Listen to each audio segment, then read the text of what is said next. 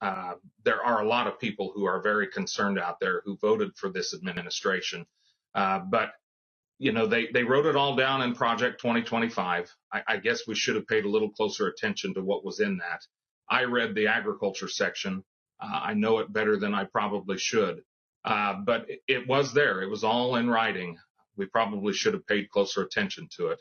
I'll just say this. I think it's time for this administration to recognize who put them into office, and also to understand that these people are hurting, and this only adds to the hurt that they're already dealing with.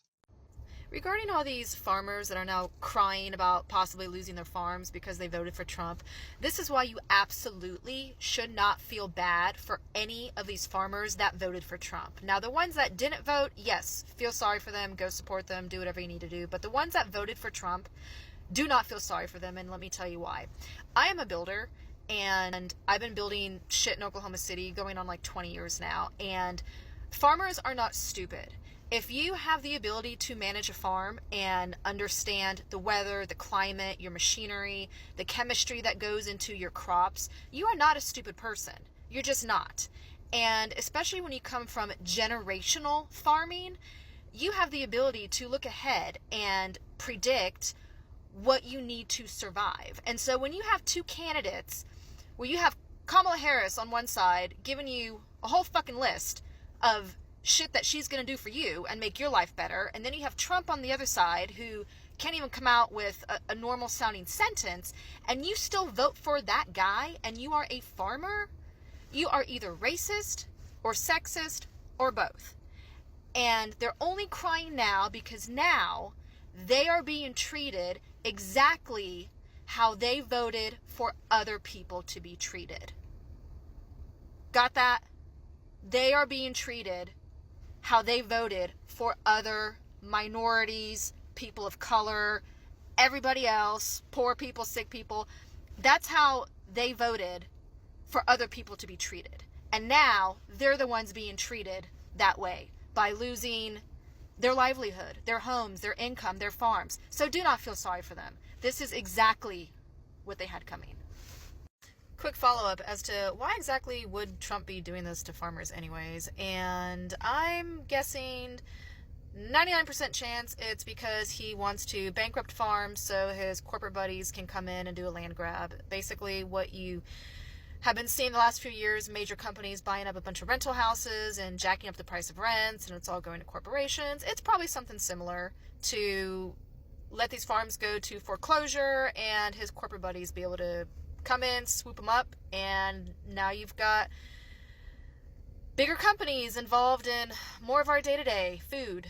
I'm seeing all these videos right now where all these farmers are crying about not getting no help right now. You know what? Let me ask you something. When have you ever heard of a black farmer crying about it? Never. And you want to know why?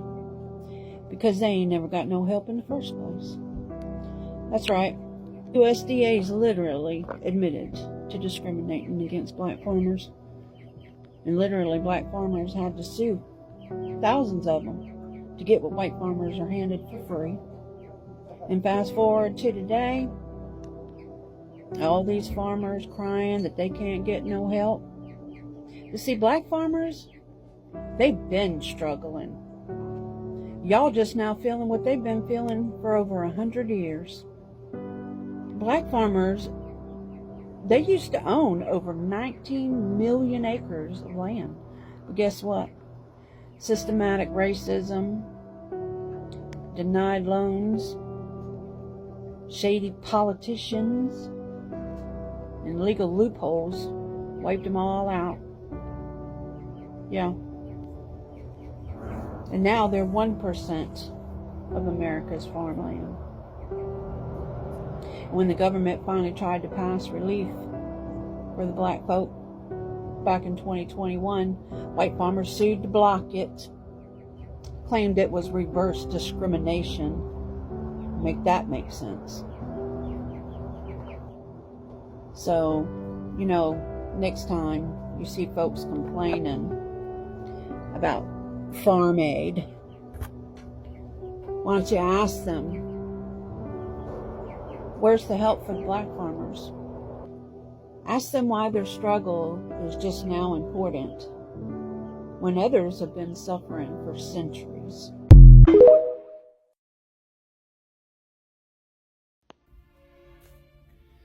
Okay, so I'm watching Rachel Maddow. Oh God, this is a really weird filter. Oh well, my lashes look fabulous. Anyway, so I'm watching Rachel Maddow, and oh my God, they had all these interviews of these Trump voters, of course, in Michigan that were so shocked to tell you, and just miserable over what they're doing right now. The fuck? Well, he's acting like a dictator. He said he wanted to be a dictator. Like, what's the big mystery? Well, I thought he was going to do more with the economy, and why are we fighting with Canada? I didn't understand. And then other people, well, he said he would, but I just really didn't believe he'd do these things. You, the idiots. Again, my patience for MAGAteers is pretty much fucking zero. You motherfucker. And then the shocking thing is I'm watching all these voters that they're interviewing in Michigan. There's all these black people that voted for Trump. He hates you. He hates you. He's always hated you. The racist. How do you vote for a fucking racist as a black person? How do you vote for Mr. Deportation as a Latino person? Oh my God. Again, I'm sorry. You put us all in hell. Social Security's going down the toilet because they're going through with all their fucking plans on that. Everything's going to shit, and he's kissing Putin's ass, and you people, yeah, I didn't think he really did that. Again, listen, maggots. We don't feel... By the way, that's the color I want to paint my room. That's why I always have this blob there. Sorry.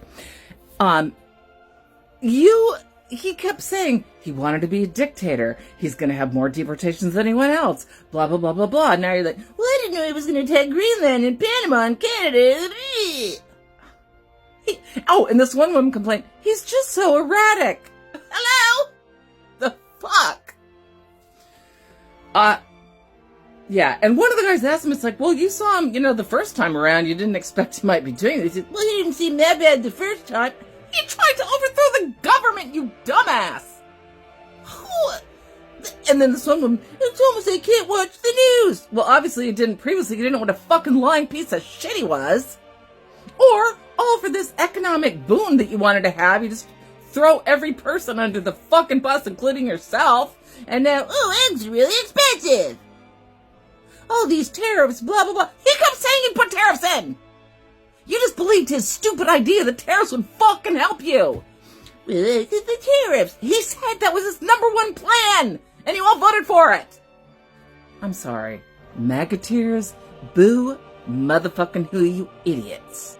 Okay, I want to show you all this full clip of AJ Richards, a MAGA voter and a farmer who explains in a 2 or 3 minute video why Trump is losing the support of him and farmers across the country with multiple key actions that Trump and his admin have taken. Now, earlier I made a video about a comedian who also is regretting his vote for Donald Trump, and he said as much. He said he apologizes for even voting for Trump now that Trump is getting the U.S. involved in the Israel-Iran war, very likely. So you see this increased pattern of Trump supporters regretting their votes because Trump conned them, or Trump promised something, and now him and his advisors are executing on something completely differently. Before I even play this video, let me remind you, Trump's entire admin is now chickening out on the immigration raids. And I don't say that as someone who wants them to happen even further. I mean, Trump has spent his entire political career promising this aggressive deportation stance, and now he is completely backing down. And large portions of MAGA are mad at this as well. Inside Trump's extraordinary turnaround on immigration raids, President Trump's decision to pause most raids targeting farms and hospitality workers took many inside the White House by surprise. And of course, I support the pause. You guys know that. But the point here is Trump can't keep a consistent policy to save his life. And he always ends up alienating a large portion of his base because of the way that he operates. What about this one? Wisconsin dairy farmer sues Trump administration claiming discrimination against white farmers. Talk about being eaten by your own. A Wisconsin dairy farmer alleged in a federal lawsuit filed today, Monday, June 16th, that the Trump admin is illegally denying financial assistance to white farmers by continuing programs that favor minorities. So this is a case of the Trump admin trying to claim they're eradicating DEI, but still keeping in some equitable policies for farmers, and then farmers getting angry. The conservative Wisconsin Institute for Law and Liberty filed the lawsuit, but I don't even find that as important as the Trump admin backing down. Listen to this. On Wednesday morning, President Trump took a call from Brooke Rollins, his Secretary of Agriculture, who relayed a growing sense of alarm from the heartland. Farmers and agriculture groups, she said, were increasingly uneasy about his immigration crackdown. Federal agents had begun to aggressively target work sites in recent weeks with the goal of sharply bolstering the number of arrests. Now let's watch this video of AJ Richards. Make sure that you drop a like. And I keep getting comments like, Adam, I've been watching since 200K and I just realized that I wasn't subscribed. Fixing that now. So join the crew. We are building a powerhouse of a channel with you all. I appreciate it all. Let's watch this clip of a farmer explaining exactly how Trump lost his. Meet Luis, a lifelong Republican wheat farmer who voted for Trump not once, not twice, but all 3 times. She said she was thrilled to do it. She said that she wants him to fight for people just like her. But here's the reality that she's facing right now. Her farm now is gone, bankrupt. She had a government contract to sell 100% of her wheat to U.S. aid. That deal was vanished overnight. The buyers, gone. The money, gone. And here's where the irony cuts deep. Luis admits that 70% of her workforce were indeed undocumented immigrants. The very same people, the lives and livelihoods she voted to upend. And now, they're not showing up to work. And without them, her business has collapsed. Luis is on TikTok now, literally about 5 videos, blaming Trump for not protecting farmers like her. But here's the thing. These policies were never designed to protect your farm, Luis. And if you were literally educated, you would have took 2 minutes to research and find that out for yourself. These policies were designed to make a point, no matter who got hurt, even his own voters. So, Luis, actions have consequences. And sometimes they come for you first.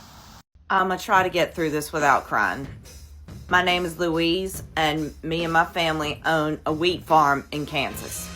We are all certainly lifelong Republicans, and we were so happy to vote for Trump in all 3 of his elections. However, we were certainly not aware that he was going to put a funding freeze on all U.S. aid. 100% of our wheat produce is bought by U.S. aid and shipped out of the country. So our farm is completely bankrupt. We have no customer. We had this whole deal with the U.S. government, and now that is just gone in a second. And we are completely decimated. USAID buys about $2 billion worth of American farmers' goods annually, and every single one of those farms is in the same boat as us now. It's a sinking boat.